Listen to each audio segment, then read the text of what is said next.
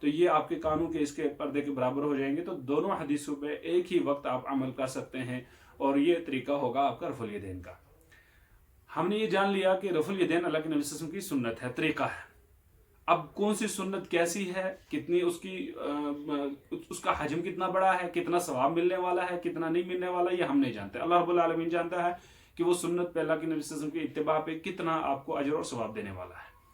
اللہ رب العالمین نے قرآن میں فرمایا من اطاع الرسول فقد اطاع اللہ، جس نے رسول اکرم صلی اللہ تعالیٰ علیہ وسلم کی اطاعت کی، فرمانبرداری کی، اس نے اللہ رب العالمین کی اطاعت و فرمانبرداری کی۔ ہمیں اللہ کے نبی صلی اللہ علیہ وسلم کی پیروی کرنے کا حکم دیا گیا ہے، اطاعت کرنے کا حکم دیا گیا ہے، تو پھر ہمیں کیفیت جاننی چاہیے کہ اللہ کے نبی صلی اللہ علیہ وسلم کس طریقے سے رفع الیدین کیا کرتے تھے اور ان کی سنت کیا ہے، پھر اللہ کے نبی صلی اللہ علیہ وسلم کی سنت سمجھ کے ہمیں اس پہ عمل کرنا چاہیے۔ امام بخاری رحمہ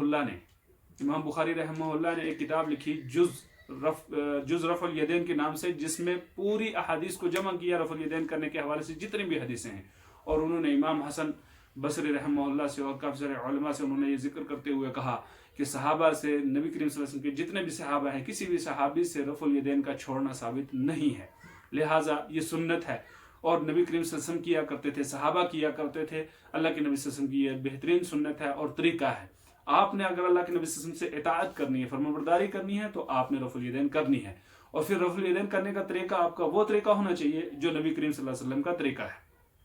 اب یہاں پہ ایک مسئلہ جو مین سوال بھی ہے کہ لوگ رفع الیدین کرنے میں بہت زیادہ سستی کرتے ہیں، کچھ ہے تو وہ بالکل کرتے ہی نہیں ہے سرے سے، ایک بار رفع الیدین کر کے نماز شروع کی تو کر لی،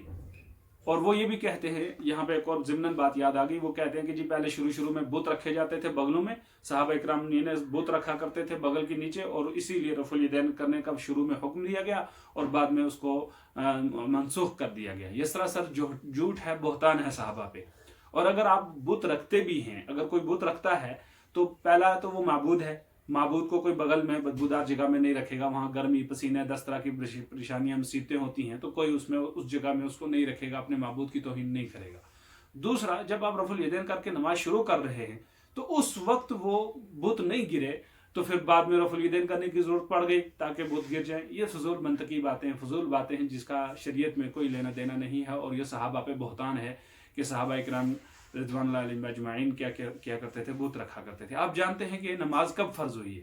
10 نبوی، تقریباً 10 نبوی میں جا کے، یا 12 میں حسب اختلاف، تو نماز فرض ہوئی ہے، تو اس وقت رفع الیدین آئی۔ اس سے پہلے صحابہ کے عقائد اللہ کے نبی صلی اللہ علیہ وسلم نے مضبوط کر لیے تھے، 10 سال اللہ کے نبی صلی اللہ علیہ وسلم کو لگے تھے صحابہ کے عقائد درست کرتے کرتے، صحابہ کو عقیدہ پڑھاتے لا الہ الا اللہ سمجھاتے، تو پھر کیا ان کے عقیدے اتنے کمزور تھے کہ وہ بت رکھ کے پھر نمازیں پڑھنے کے لیے جایا کرتے؟ تو اس طرح کی باتیں کہنا، سوچنا صحابہ کے بارے میں، یہ بھی ان کی شان میں گستاخی ہے، ہمیں اس سے بچنا چاہیے۔ تو رفع الیدین کرنے کا طریقہ، اب طریقہ یہ ہے، کیفیت جاننی چاہیے۔ اگر آپ اللہ کے نبی صلی اللہ علیہ وسلم سے محبت کرتے ہیں، اللہ رب العالمین نے بھی فرمایا قل ان کنتم تحبون اللہ فاتبعونی یحببکم اللہ، اگر اللہ رب العالمین سے محبت کرنا چاہتے ہو تو نبی کریم صلی اللہ علیہ وسلم کی پیروی کرو، تو اللہ تم سے محبت کرے گا۔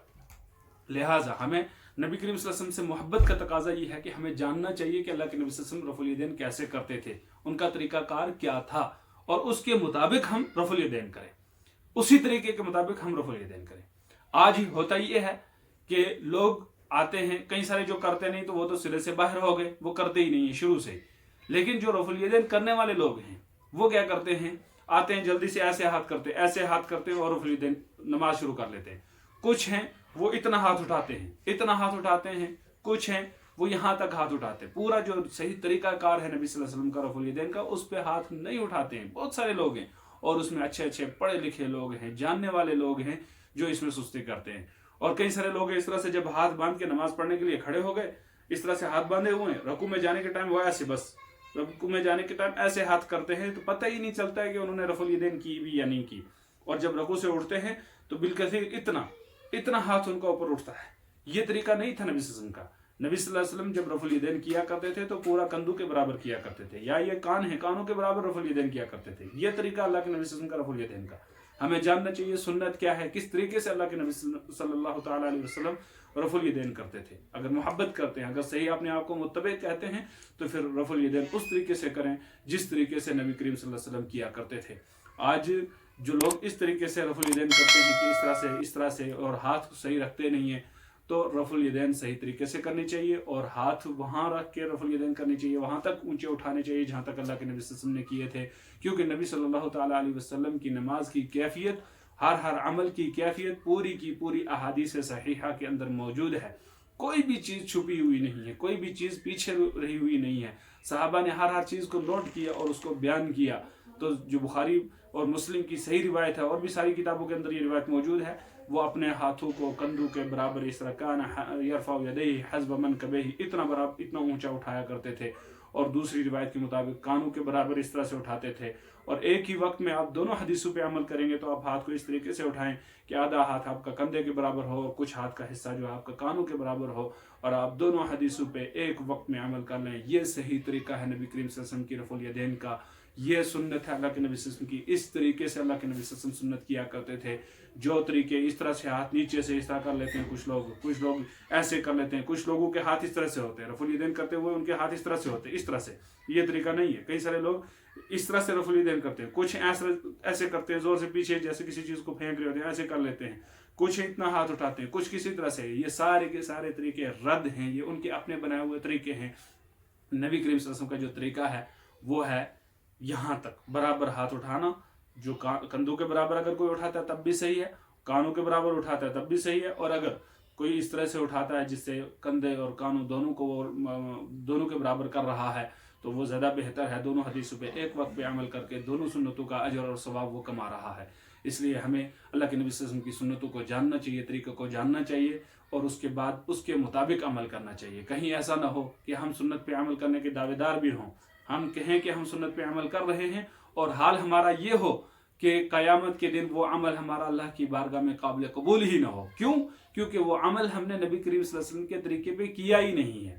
کوئی بھی عمل کی قبولیت، کسی بھی عبادت کی قبولیت کے لیے دو شرطیں ہیں۔